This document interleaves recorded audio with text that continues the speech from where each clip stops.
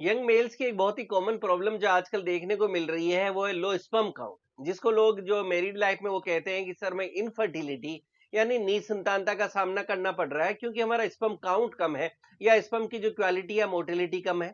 वहीं जो अनमेरिड लोग है वो बहुत से लोग आकर कहते हैं कि सर मुझे वीर्य में पतलापन लगता है। और जब इन लोगों का सीमेन एनालिसिस, जिसको हम कहते हैं कि शुक्राणु या वीर्य की जांच करवाते हैं, तो उसमें पता चलता है कि उनके जो स्पर्म काउंट है, जो शुक्राणु की संख्या है, वो बहुत कम है। ऐसे लोगों के लिए हमने लास्ट एक वीडियो बनाया था जिसमें बात की कि ऐसे कौन कौन से फूड आइटम्स हैं जो आपके स्पर्म काउंट को बढ़ा सकते हैं, स्पर्म्स की क्वालिटी को बढ़ा सकते हैं और ओवरऑल मेल्स की सेक्सुअल हेल्थ के लिए भी ये फूड आइटम्स काफी फायदेमंद है। क्योंकि जैसा मैं हमेशा कहता हूं कि आज के समय में जो इनफर्टिलिटी है वो बहुत तेजी से बढ़ रही है और इसका बहुत ही बड़ा कारण है वो है आपकी लाइफ स्टाइल। लाइफ स्टाइल के अंदर एक बहुत ही बड़ा फैक्टर आता है कि आप क्या खाते हैं। क्योंकि पिछले कुछ समय से लगभग 8-10 साल से हम देखेंगे तो जो फूड हैबिट्स है वो बहुत तेजी से बदली हुई है और ये फूड हैबिट्स जो चेंज हुई है इसका भी आपकी रिप्रोडक्टिव हेल्थ पर बहुत ही बड़ा असर पड़ता है। इसलिए हमने लास्ट वीडियो में बात की कि ऐसे कौन कौन से फूड आइटम्स हैं जो अगर आप अपनी डाइट में शामिल करते हैं तो ये फूड आइटम्स आपकी स्पर्म काउंट को बढ़ाते हैं। उसके बाद में काफी लोगों के कमेंट्स आए, काफी लोगों ने जानना चाहा कि तो ऐसे कौन कौन से फूड आइटम्स हैं जिनको अगर आप अपनी डाइट में ले रहे हैं तो आपके स्पर्म काउंट को कहीं ना कहीं कम भी कर रहे होंगे। फ्रेंड्स, मैं डॉक्टर रावत चौधरी, आप लोग जानते हैं मैं जोधपुर में एक होम्योपैथिक डॉक्टर हूं और मेरी कोशिश रहती है कि हर डिजीज, हर बीमारी के बारे में किस तरह से हम लोग बात कर सकें कि लाइफ स्टाइल से में क्या चेंजेस किए जाए जिससे उन बीमारियों से आप बच सकें या नेचुरली आप उसको कैसे ठीक करें जिससे आपको कम से कम दवाइयां लेनी पड़े। और इसी के साथ में हर बीमारी के होम्योपैथिक ट्रीटमेंट के बारे में हम आपसे बात करते हैं।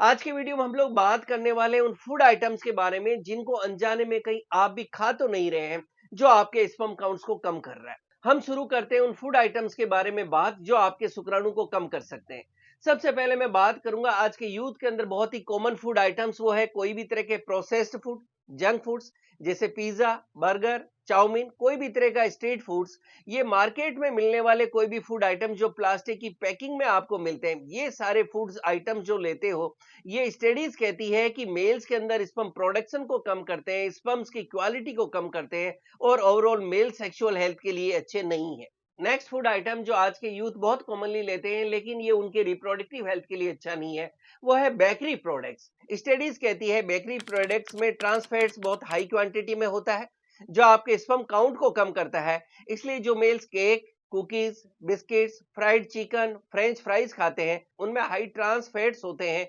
जिसके कारण उनको लो स्पर्म काउंट का सामना करना पड़ता है। एक बहुत ही कॉमन ट्रेंड जो आजकल के यूथ के अंदर देखने को मिल रहा है कि वो मार्केट के अंदर जब जाते हैं या घर पर की कई तरह की कोल्ड ड्रिंक लेते हैं या सोडा लेते हैं या एनर्जी ड्रिंक्स लेते हैं। स्टडीज कहती है कि इनके अंदर एडिटिव्स होते हैं, प्रिजर्वेटिव्स होते हैं और कई तरह के केमिकल्स होते हैं जो मेल्स के टेस्टिकल्स पे दुष्प्रभाव डालते हैं। इससे उनका टेस्टोस्टेरोन लेवल कम होने लगता है, स्पर्म काउंट कम होते हैं और ओवरऑल मेल हेल्थ को भी ये खराब करते हैं। नेक्स्ट हम बात करें तो वो मेल्स जो तंबाकू लेते हैं किसी भी फॉर्म में, गुटखा लेते हैं या सिगरेट स्मोकिंग किसी भी फॉर्म में करते हैं, उन लोगों के अंदर स्टडीज कहती है कि 23% तक स्पर्म क्वालिटी कम हो जाती है और ऐसे मेल्स की सेक्सुअल हेल्थ भी खराब हो जाती है। आप जानते हैं आज के मेल्स के अंदर बहुत ही कॉमन ट्रेंड है अल्कोहल लेना। स्टडीज कहते हैं कि जो मेल्स रेगुलर अल्कोहल लेते हैं या ज्यादा क्वांटिटी में अल्कोहल लेते हैं उनके अंदर स्पर्म काउंट कम होने लगता है और स्पर्म की क्वालिटी भी कम होने लगती है। इसी तरह से आज के समय में बहुत से यूथ हैं जो कई तरह के ड्रग्स है उसके एडिक्ट हो गए हैं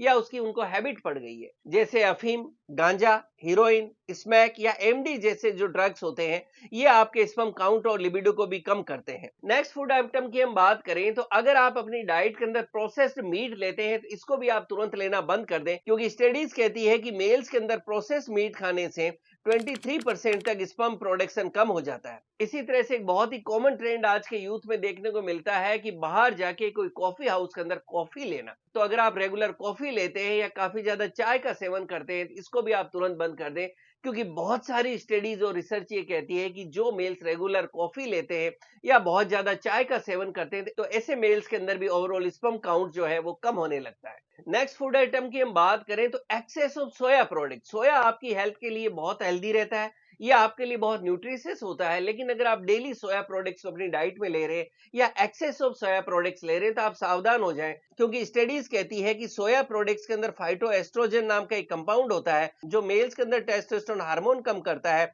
और स्पर्म्स की क्वालिटी और क्वांटिटी को भी कम करता है। तो अगर आप अपनी डाइट के अंदर काफी ज्यादा क्वांटिटी में सोया प्रोडक्ट्स लेते हैं तो आज ही उसको बंद करें। फ्रेंड्स, इस वीडियो में मैंने कोशिश की है बहुत से कॉमन फूड आइटम जो डे टू डे लाइफ के अंदर आज का यूथ अपनी डाइट में लेता है, लेकिन उनको पता नहीं कि अनजाने के अंदर ये फूड आइटम्स उनकी बॉडी के अंदर उनके टेस्टोस्टेरोन हार्मोन को कम कर रहे हैं, उनके स्पर्म काउंट को कम कर रहे हैं, स्पर्म क्वालिटी को कम कर रहे हैं, जिसके कारण आगे चल के उनको मैरिड लाइफ के अंदर इनफर्टिलिटी या निसंतानता का सामना करना पड़ सकता है। मैं उम्मीद करता हूं ये वीडियो आपके लिए लाभकारी साबित होगा और आप अपनी डाइट के अंदर चेंजेस करेंगे, ये अनहेल्दी फूड आइटम्स और जो हैबिट्स है इनको आप छोड़ेंगे और लास्ट वीडियो के अंदर जो हमने डाइट की बात की थी जो मेल्स के अंदर स्पर्म काउंट को बढ़ाता है, उस डाइट को आप अपनी डे टू डे लाइफ में शामिल करेंगे, अपनी हेल्दी लाइफ स्टाइल को अपनाएंगे और अगर जरूरत पड़ी है तो होम्योपैथिक ट्रीटमेंट से भी आप इसको बिल्कुल ठीक कर सकते हैं। Thank you.